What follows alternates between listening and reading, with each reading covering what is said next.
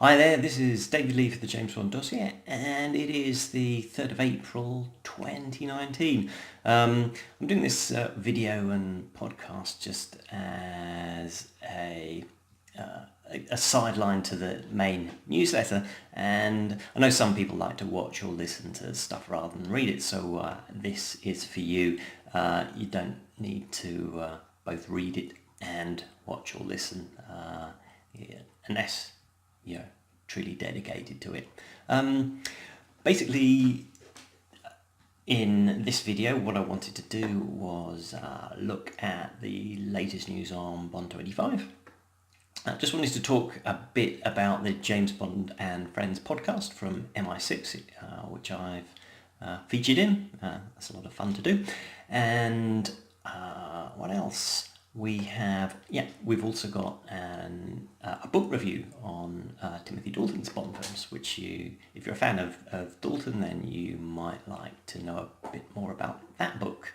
But first, a couple of deaths to announce, sadly enough.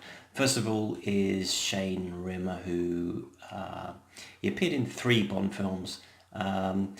The most prominently was The Spy Who Loved Me, when he was the captain of the USS Wayne. But he, I think, what else did he do?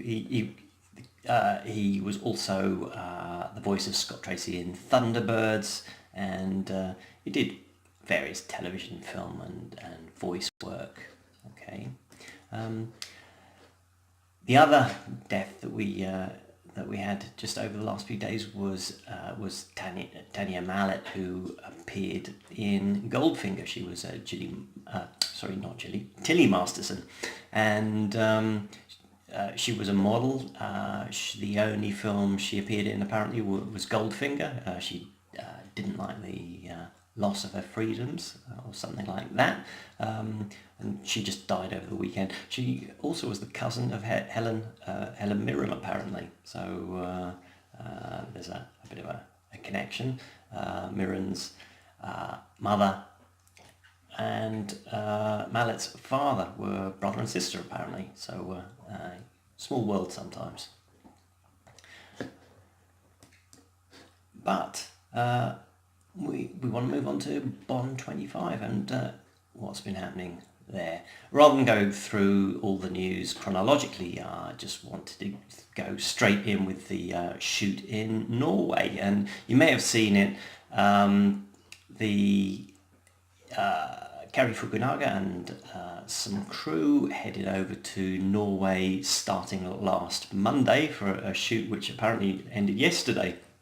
And there was some footage leaked as they were filming a girl on the ice being pursued by a man with a machine gun and a mask. Some onlookers took some mobile phone footage, and it got into the media. We've got that media on the James Bond Dossier. You just need to search in the stories on Bond 25, jamesbonddossier.com, if you're coming to this from YouTube or elsewhere. And not really much to say about that. It's in the snow. It's in Norway. You can see for yourself and judge for yourself what it's about. There is some kind of background to the story, which I won't get into because it might be considered a spoiler, and I want to avoid that as much as possible. So you judge that. What else have we got? More about Norway. Watch that. The other big story, it's not really big. The other story is that Bond 25 is apparently headed for Jamaica, and of course Ian Fleming had a house in Jamaica, GoldenEye. He wrote all the Bond books there, or at least the first draft of them, tapping out 2,000 words a day at his desk with his typewriter. And the Dr. No and Live and Let Die, they both filmed there, although it was only Dr. No set it as Jamaica. And so there were rumours some time ago that Greg Wilson had been scouting Jamaica. it's a very, very different island to how it was when Fleming was there, and indeed how it was in the 1960s and 70s. But everywhere changes, so you've got to expect that. So I don't know what plans they have for that. Hopefully they won't feature GoldenEye in it. That would be a bit too meta. And the rumour was it was kind of confirmed back at the beginning of March by Baz Bamigboy of the Daily Mail. He's very, very reliable when it comes to Bond stories. But the Jamaican government actually confirmed that they're in talks with the Bond producers, and they are sending 2 representatives this week to actually discuss Bond 25 shooting in Jamaica. So that sounds like it's all good to go, and I guess they must be signing something at this late stage after they've done some shooting in Norway, and the film is due to kick off officially on Friday. They must be signing something on a dotted line, whether it's what that Bond 25 gets some kind of tax advantage or investment from the Jamaican Tourist Authority, or however it works. I don't know, but I'm pretty confident that they're going to sign something this week.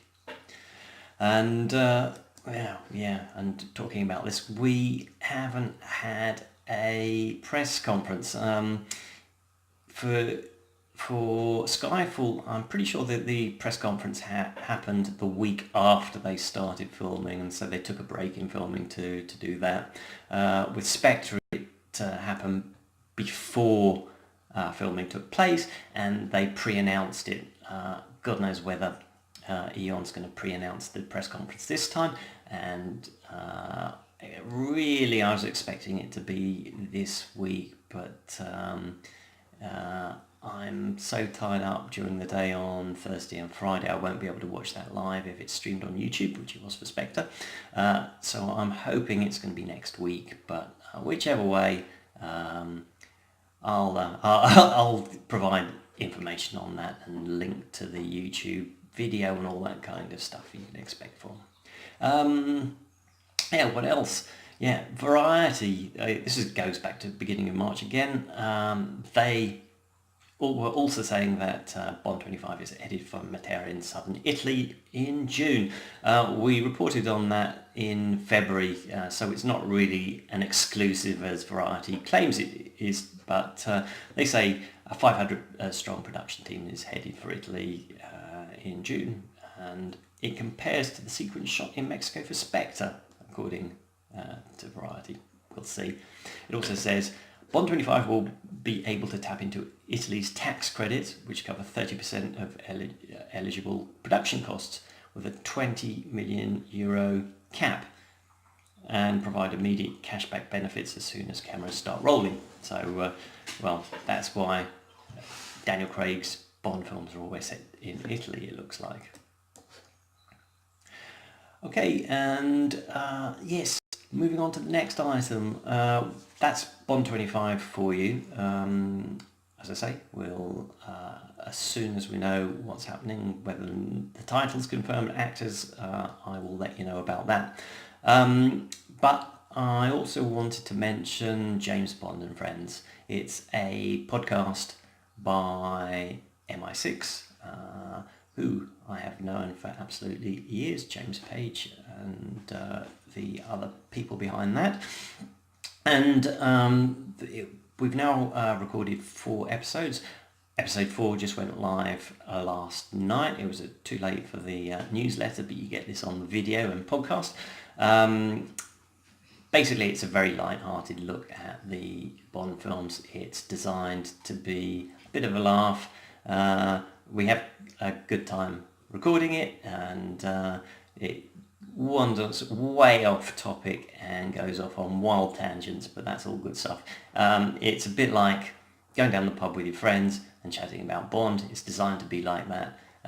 It may not be to your taste. If not, too bad, because that's what it is. And it's getting some really good feedback from people who have emailed me and emailed the other participants. I'm not necessarily going to be in it for every episode. I will do as many as I can while they keep inviting me back, and so yeah, that's that. It's not my podcast. It belongs to MI6, and so they should take most of the credit. I'll just take a tiny slice of it, as long as you like my jokes.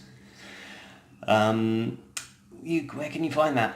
It's on Podbean, I think it is, and just search for MI6. No, not MI6. Search for James Bond and Friends.